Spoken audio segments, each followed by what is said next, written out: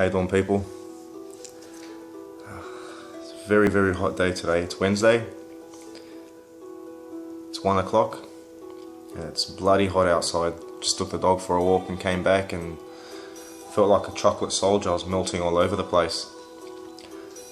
But yeah, I've come across this poem. I didn't write it. I didn't put this bit of literature together, but it caught my attention. It's a beautiful piece of literature. I just don't know exactly who's written it, so I'll just give you a read. And the poem's titled Earth Mother. So just take some time out and have a listen to this. I am not as you think. It would take a lifetime and you would still never understand. I am in the morning dew upon the grass. I am in the roughness of the aged oak tree. I am in the wind that rustles the ancient pines. I am in the wind that rustles the ancient pines. I am the slightest touch and the deepest embrace. I am captured in a moment and lost in an instant. You may search endlessly and never find me. You may look up and see me staring at you through the golden eyes of an owl. You may touch me in the deepest rivers and feel my presence in the darkest corners of the forest. But never will you behold me in front of you, for I am an ever-moving shadow. I am the lament of the ancient winds and the cry of the lonely raven. I am the anguish in the tides and the longing in the swirls. I am the rain that falls on your face and whispers, too late. I am the sound of silence in the night and the calls of the birds at day. My sorrow is the wolf's song in the evening. My elation is the muse of the rising sun. You may follow my call for eternity, yet never will it be directed at you. My tears are for the waters. My eyes are for the stars. My soul is for the forest. You hear my voice. You feel my presence. You see my way. You touch my soul. Among the rivers and trees I will stay.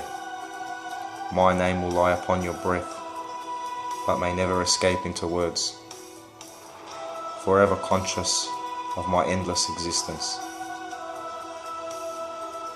It's a beautiful piece of literature, isn't it? I really connected with that.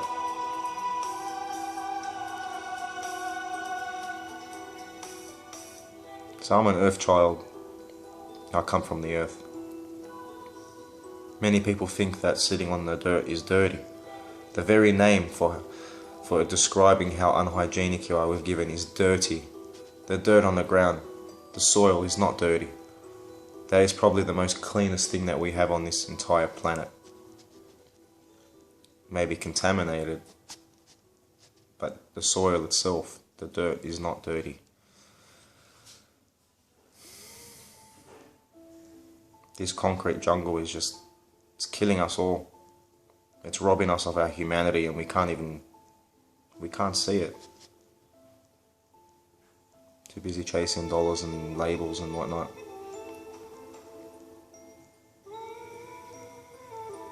There's beauty all around this earth, natural beauty, simple things that you just look at and marvel.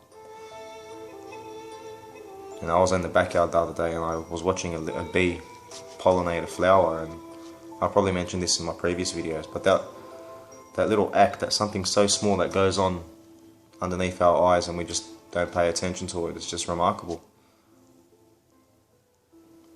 Everything's entwined in this web of life. Everything's entwined, everything's synchronized. And it's beautiful.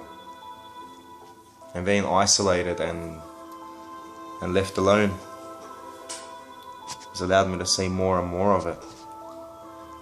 Despite the amount of negativity that's bestowed upon me from these gangstalkers and this covert harassment, I still see a lot of beauty in this world, and I'm very grateful that I still have that positive nature to me.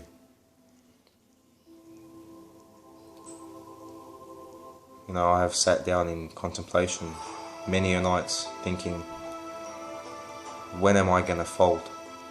when are they going to eventually rob me of my light? And I've been to this point many a times, just saying to myself, give up, just give up. But I just can't do it. As much as I want to, I can't. I haven't done anything wrong. I'm a very righteous person, despite what people think and believe about me. I'm not perfect, obviously, but yeah, that's what I do aspire for, I should say. And I know that I am not guilty of anything that's worthy of this punishment. And I don't think anyone will be worthy of this kind of punishment. It's very severe. So I'm glad to have a spiritual connection with the universe. And some people may say, oh, one day you mention the universe, one day you mention God or Allah. They go hand in hand, the yin and yang. There's the feminine aspect to it and the masculine aspect to the universe. Our Earth Mother is the sacred spirit that flows through everything. And the energy that drives that spirit is God. It's the Father. But that's just a very simple explanation. I'm not going to get too technical and deep into it. I have my belief structures and my spiritual path and my spiritual beliefs, and I'm sure many other people have their own. And that is great, because an individual spiritual journey is what it's all about, individualism. If we're all meant to take the same path, meant to follow exactly the same thing, meant to understand the same thing, there wouldn't be 7 billion of us on this planet. There wouldn't be that many variations of human beings. There'd be a small handful. Anyways, my friends, sorry if I'm not bursting with energy today. It's just very, very hot and draining. And last night was a very, very hot night. I'll keep this video quite short, and hopefully everything goes alright, but it doesn't seem to be heading in that direction unless I take the reins and direct the horse in the direction that I want it to go to, because no one, as a targeted individual, we sit around hoping that whoever it is that we lean over to for help will help us, just waiting for a miracle.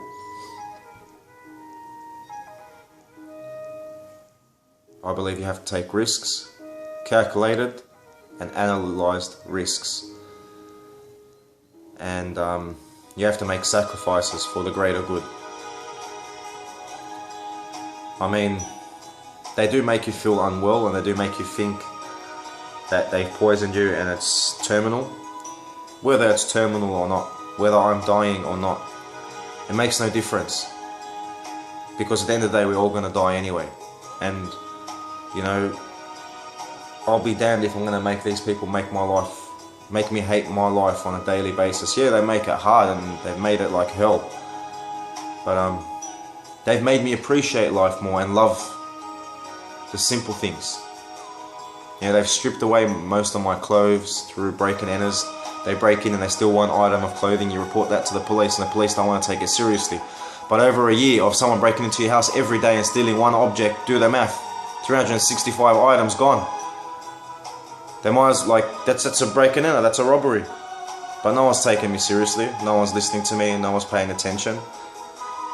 So it's brought me to the understanding on a spiritual level that my possessions and my objects and my materialistic objects, they don't measure me in any way. I don't measure myself by my objects, by my clothes. My clothes don't wear me, I wear my clothes. So, as I wrote in a letter to my mum, I will walk in the middle of Double Bay with holes in my Chuck Taylors, holes in my jeans, and a flannel. And I won't care. I don't really care about this image and what people think. I understand that it's something you have to follow, and in the business sector and whatnot, in political sectors. But I'm not a businessman, and I'm not into politics or whatnot. So I'm just an everyday citizen, and I'm just who I am. I'm myself. And if people want to judge me on that, then they can go and get fucked. All right. It's not the people with tattoos and that speak sincere and use vulgar terminology and profanity in their explanations are the people that you have to worry about. No. It's the people that go overboard in trying to hold themselves in a morally and a socially acceptable manner. The people that go overboard, above and beyond, to keep their image appropriate and receptive to the people that they circle themselves by. These are the people that you have to be concerned by. Not the person that wakes up in the morning and makes himself a cup of coffee and washes his face and just carries on his day as as a normal person. You gotta worry about these people that get up and put so much effort into keeping themselves looking squeaky clean and approachable. You know, we all know that the narrative of the devil and God. How does the devil, come across? I'm not talking about the devil and God in terms of it being real or whatnot. I'm using it just as a metaphor. The devil comes at you looking nice, squeaky clean, etiquette, classy, well-worded, well-rounded. How did Jesus appear? Humble, broken, down to earth, and straight to the point. He said to them when they were punishing him, "All these works I've showed you from my Father, for which of them do you stone me?" It's true, one day the people will be with you, and the next they will just turn with this mob mentality, and it's evident. You can just see it in the story of Jesus. You can just see it in the story of Jesus. On the Palm Sunday, they were just treating him like a king, fanning palms at him, and then a week later they all turned on him and tortured him and laughed at him and tortured him all the way to the stage, to across the station. I actually watched that movie last night, Passions of the Christ, and every single time I watched that movie, a tear is brought to my eye. Every single time I watch that movie, I think to myself, how ignorant are people? This man didn't do anything wrong. But even 2,000 years later, Jesus is still punching those corrupt fuckers in the face without raising a fist. They are so scared of Jesus, they're even scared of his teachings coming out. They're scared of losing control, and they're scared of losing power over the people.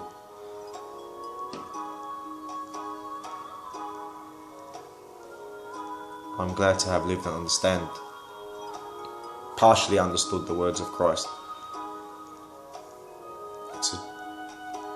He's a very, very beautiful, remarkable being, very enlightened, and my entire life I've tried to take inspiration from Christ.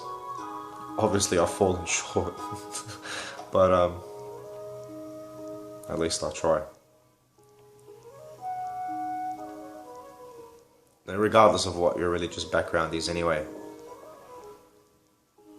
all religions and spiritual teachings advocate the same thing. It's just the humans' interpretations of these belief structures and whatnot which tatter them and mutate them, grotesquely mutate them into something that's a former shell of what it used to be.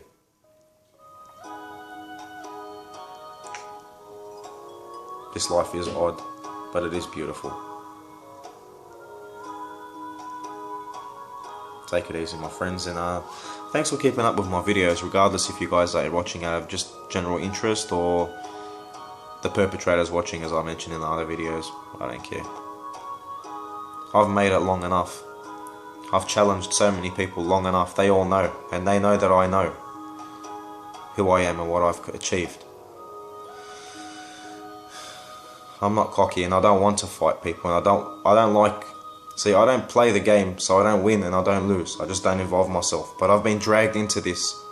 I can't escape. I can't run away. So I do have to stand here and sort of combat it the best way I possibly can, because I've got no other options. The only other option that I have is suicide, and that's not an option for me, because I refuse to do that. I'd rather wait around and pan out and see where this ride takes me. I'm a curious person. We're gonna die anyway, so there's no rush to get there. Peace, people. Thanks for watching my videos.